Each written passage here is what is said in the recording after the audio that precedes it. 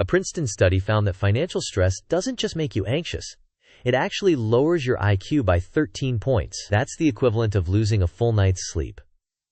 Or being legally drunk, except you're stone cold sober, sitting at your kitchen table, staring at a stack of bills you can't bring yourself to open. Your brain isn't broken.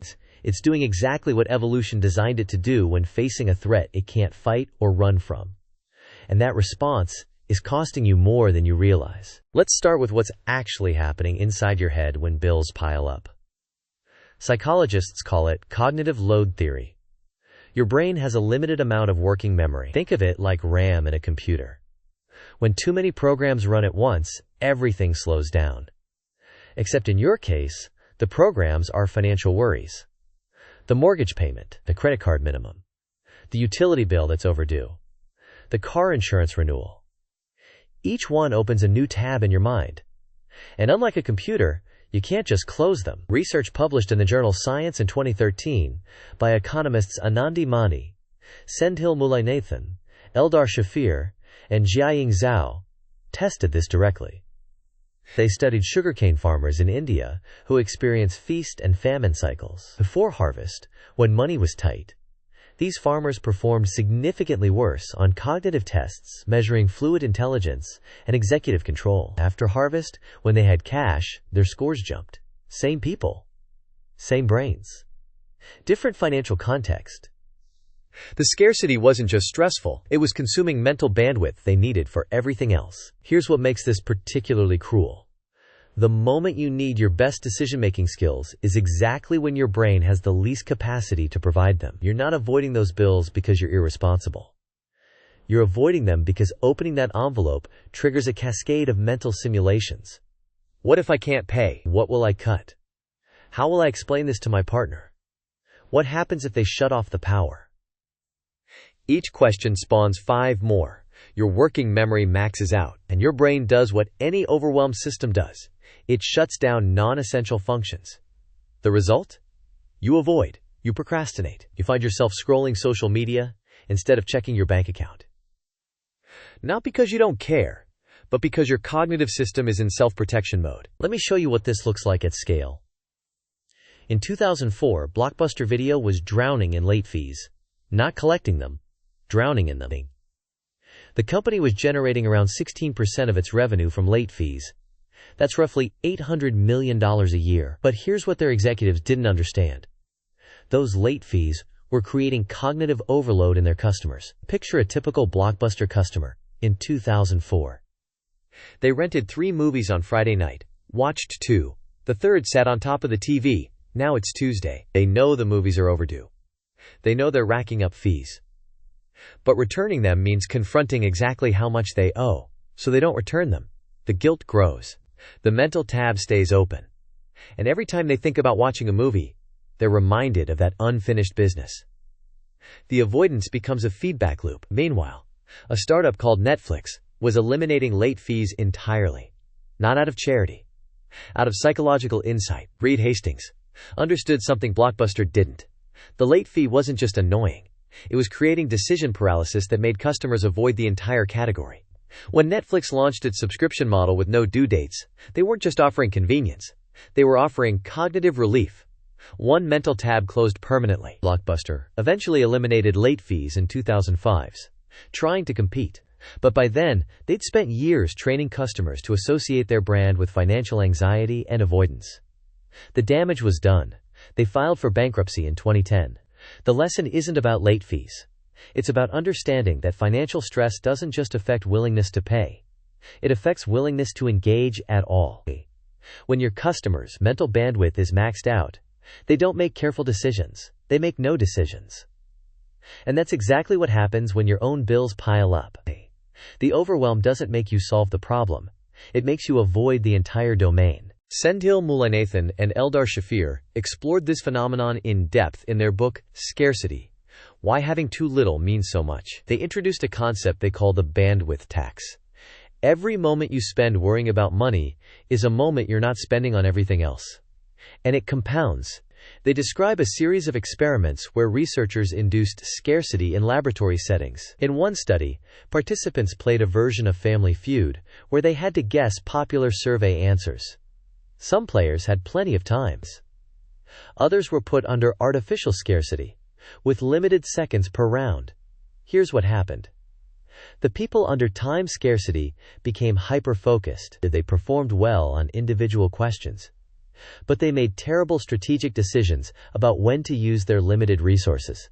Sound familiar? When you're financially overwhelmed, you might successfully juggle immediate crises, but you completely lose sight of the bigger picture. You pay the urgent bill but miss the payment that would have avoided a late fee. You buy cheap shoes that wear out in 3 months, instead of durable ones that would last 2 years. You don't refinance the high-interest debt because researching options requires mental bandwidth you don't have. The bandwidth tax is regressive. The less money you have, the more mental energy you spend managing it, which leaves less mental energy for the exact kind of strategic thinking that might improve your situation. Mullainathan and Shafir found this pattern across contexts. Farmers under financial stress before harvest made worse decisions about fertilizer purchases, the very decisions that would affect their next harvest. Busy people under time scarcity made worse decisions about time management. Dieters under caloric scarcity became obsessed with food, making them more likely to binge. The scarcity creates a mental preoccupation that consumes the resource you need most: attention. And in personal finance, this manifests as a cruel irony.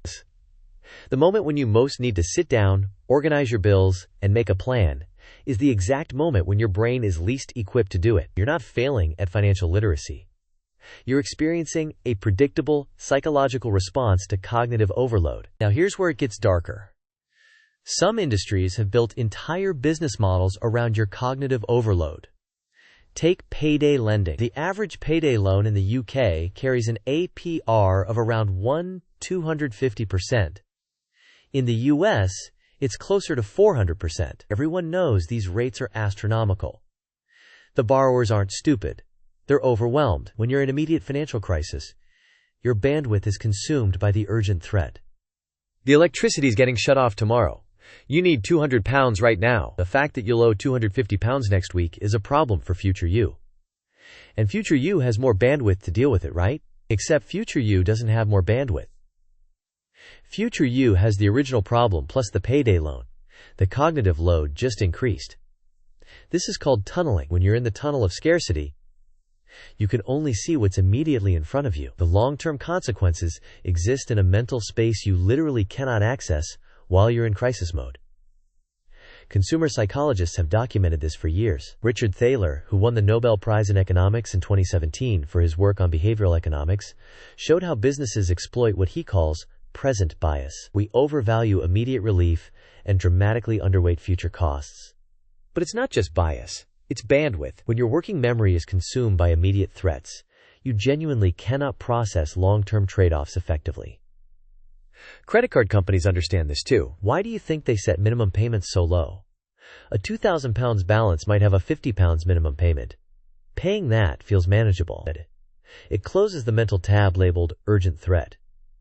But at 20% APR, paying minimums means that debt follows you for years.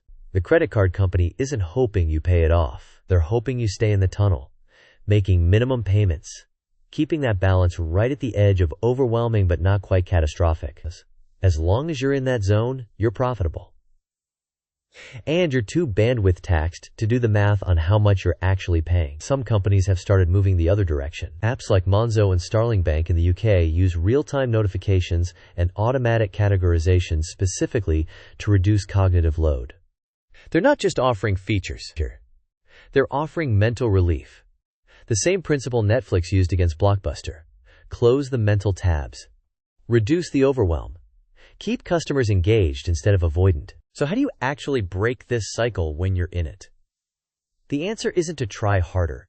It's to reduce the number of decisions your brain has to hold simultaneously. Morgan Housel writes in The Psychology of Money about the importance of room for error. But room for error isn't just financial buffer. It's cognitive buffer. Here's a practical framework.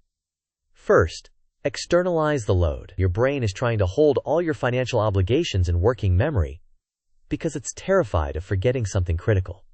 So stop making it remember. Write down every bill, every due date, every amount owed. Use paper if digital feels overwhelming. The act of externalizing moves the information from your limited working memory to unlimited external storage. One mental tab closed. Second, establish a financial decision day. Pick one day per week where you handle money tasks. Every other day, if a financial worry pops up, you write it down and tell yourself you'll address it on decision day. This isn't avoidance. It's batching. You're training your brain that financial concerns have a designated time, which prevents them from hijacking your bandwidth randomly throughout the week. Third, automate the recurring decisions. Every bill that can be set to autopay is one fewer decision your brain has to track. Yes, you need to ensure the money is there.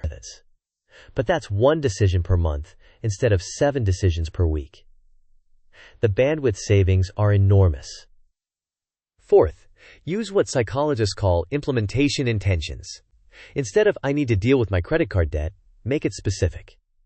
On Saturday at 10 a.m., I will sit at the kitchen table, open my credit card statements, and write down the total owed. Vague intentions consume bandwidth because your brain keeps trying to figure out when and how to execute them. Specific plans close the loop. Behaviour. Recognize when you're tunneling. If you find yourself borrowing money at high interest, or avoiding opening mail, or making financial decisions that future you will obviously regret, you're not being irrational. You're experiencing predictable cognitive effects of overload. The solution isn't willpower.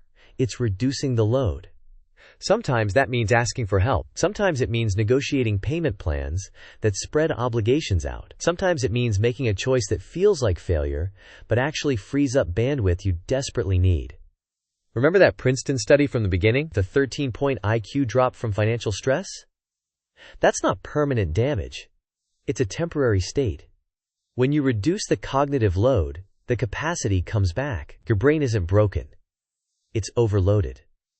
And the first step to fixing an overload problem isn't to process faster. It's to reduce what you're trying to process. Close some tabs, create some space, and give your brain the bandwidth it needs to actually solve the problem instead of just surviving it. If this clicked for you, you'll want to watch our video on why smart people make terrible money decisions. It explores another cognitive trap that costs you more than you realize. And if you found this valuable, subscribe. We break down the psychology behind your financial behavior every week.